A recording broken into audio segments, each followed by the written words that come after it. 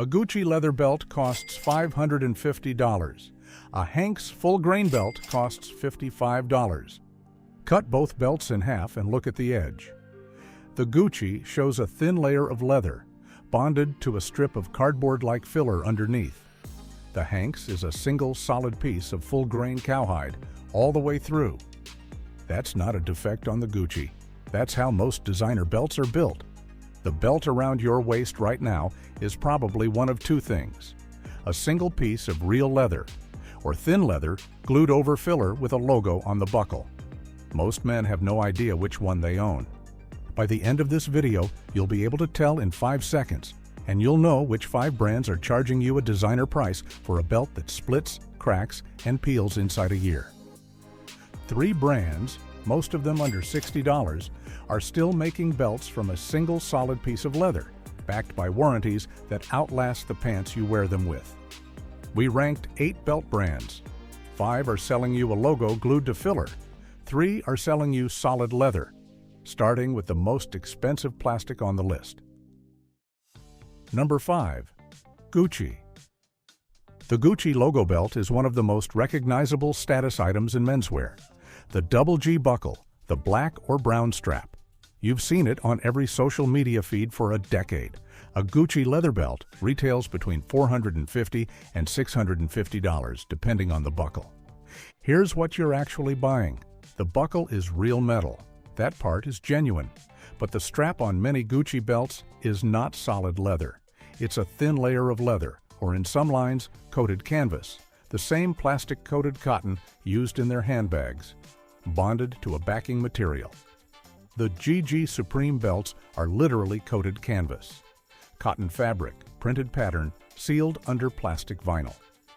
Industry estimates put the production cost of a Gucci belt strap between $15 and $30. The buckle adds maybe $10 to $20. Retail price, $550. Kering, the conglomerate that owns Gucci, reports gross margins well above 70% on their leather goods. For every dollar you spend, roughly 25 to 30 cents covers the actual product. The rest is the logo, the marketing, the store on Fifth Avenue. The Gucci belt is a status signal. If that's what you're buying, that's a legitimate choice. But if you think you're buying premium leather that lasts, the coated canvas versions start cracking and peeling at the fold within a couple of years. There's no repair, the strap is done. A status purchase, not a leather purchase. Same shelf, opposite value.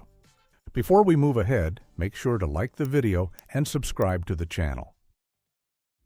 Number 4. Designer licensed belts. This is a category, not one brand. Calvin Klein, Tommy Hilfiger, Michael Kors, Armani Exchange, Hugo Boss accessories. Almost every belt sold under these names is made under license by a third-party leather goods factory, typically in China or India. The fashion house licenses the name, collects a royalty, and has no hand in the actual product.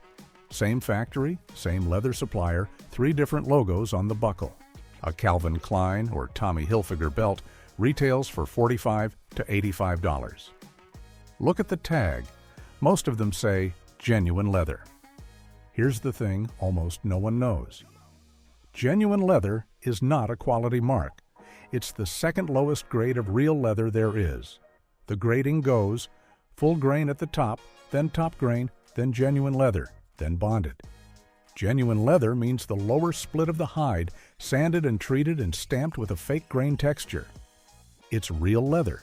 Technically, the way particle board is technically wood. These belts cost the manufacturer $4 to $8 to produce. They retail for $60. The logo on the buckle carries the markup. The strap carries a grade of leather that cracks at the fold within a year or 2 of daily wear. Same shelf as a full-grain belt at the same price.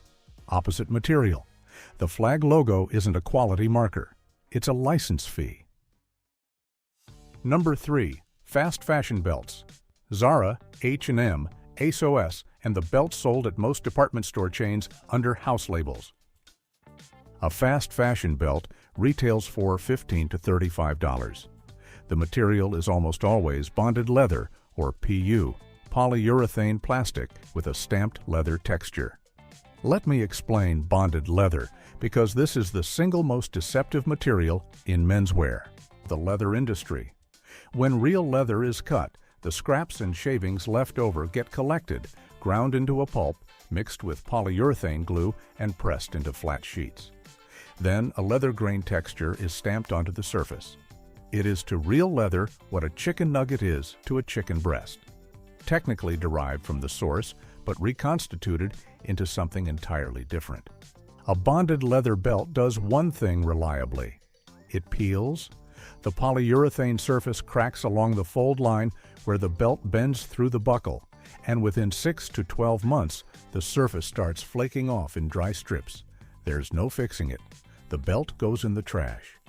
At $20, you might say, that's fine, it's cheap.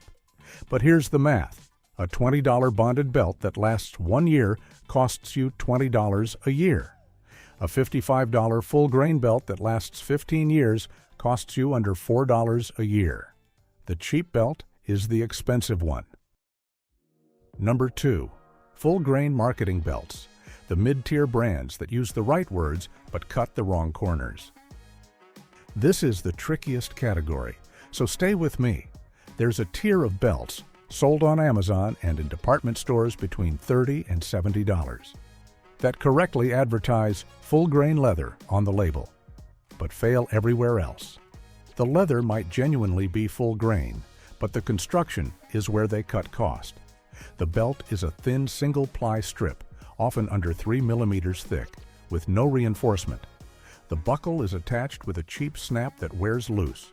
The stitching, if there is any, is 5 to 6 stitches per inch of low-strength thread that frays. A real belt should be either a thick single piece of full-grain leather, 4 to 5 millimeters, or 2 pieces of leather stitched together for strength. The buckle should attach with sturdy snaps or stitching that you can replace. These marketing belts use the right leather word and the wrong everything else. The result is a belt that looks fine for 6 months. Then the leather curls, the buckle loosens, and the belt takes on a permanent twist.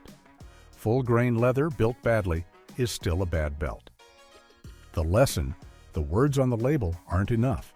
Construction is everything, which brings us to the 4 tests.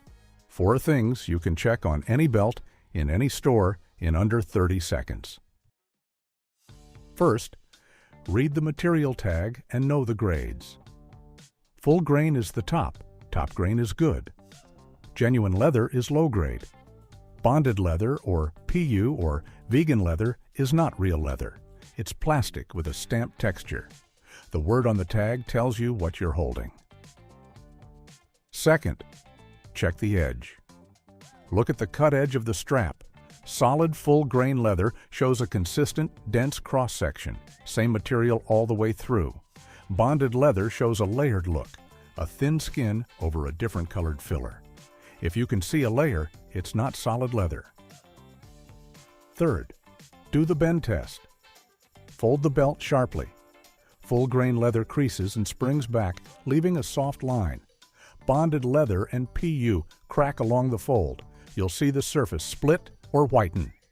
That crack is the belt's future failure point. Fourth, check the thickness and the buckle. A quality belt strap is 4 to 5 millimeters thick, substantial in your hand. The buckle should attach with snaps you can open or stitching so the strap is replaceable. A buckle that's permanently glued or riveted means when one part fails, the whole belt is done. These 4 tests separate a belt that lasts 15 years from one that lasts 15 months. Every video on this channel applies these same tests. No brand deals, no sponsorships. If that's useful, subscribe. Number 1 of the 3 worth buying, Hanks Belts. Hanks is a family-run leather company based in Conway, Arkansas. They make one thing extremely well: heavy, full-grain leather belts built to a standard most brands abandoned decades ago.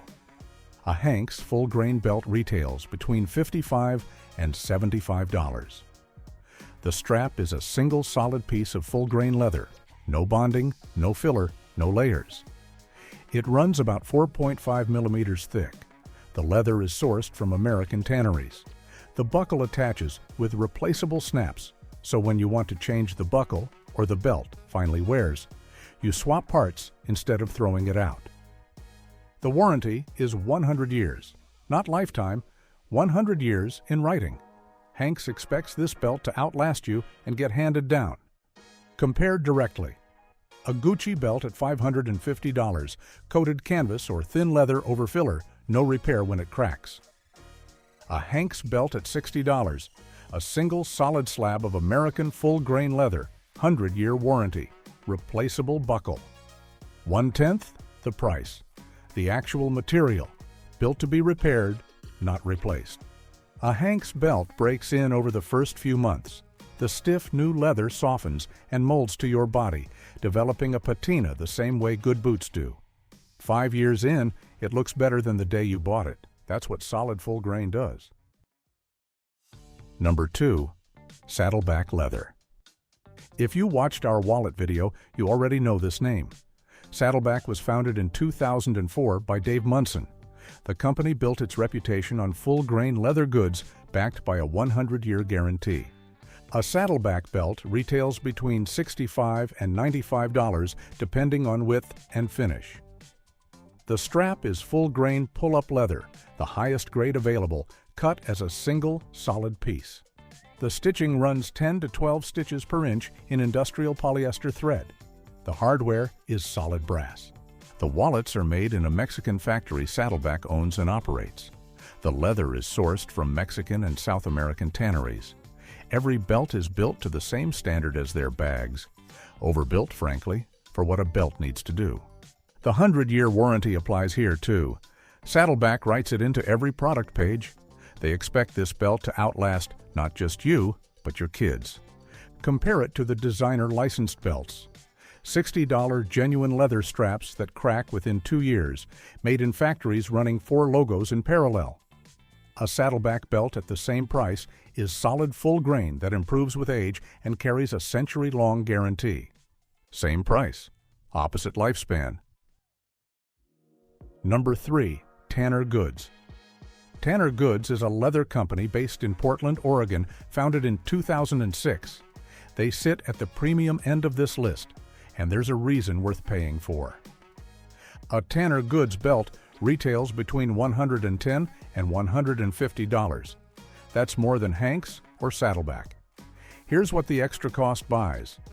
The leather is English bridle leather, a specific full-grain leather, vegetable tanned over weeks rather than chemically tanned in days. Vegetable tanning is slower, more expensive, and produces leather that ages with a deep patina and exceptional durability.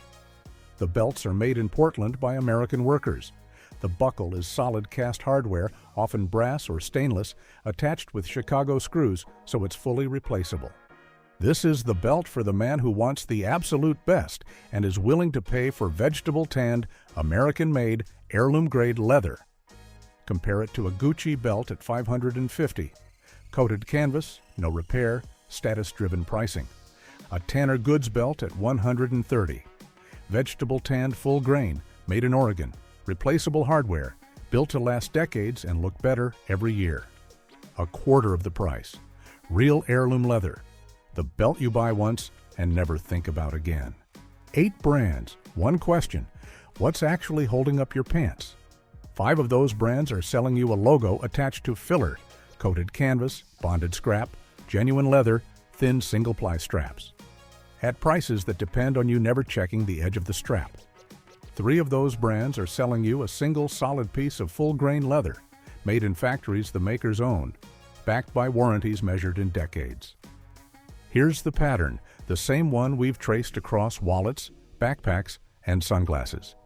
If the brand is a designer logo or a licensing operation, your money goes to the name, and the strap is built to be replaced. If the brand owns its leather and sells direct, your money goes to the hide, the stitching, and the hands that cut it. The 4 tests still apply. Read the material grade, check the edge for layers, do the bend test, check the thickness and the buckle. Hanks, Saddleback, and Tanner Goods pass all 4. Most of the brands on the first half of this list pass none of them. The men who own these belts tend to stay quiet about it. They bought a Hanks belt 8 years ago, and it's molded to them now. They have a Saddleback belt that's outlasted 3 pairs of jeans. They saved up for one Tanner Goods belt, and they'll wear it for 20 years.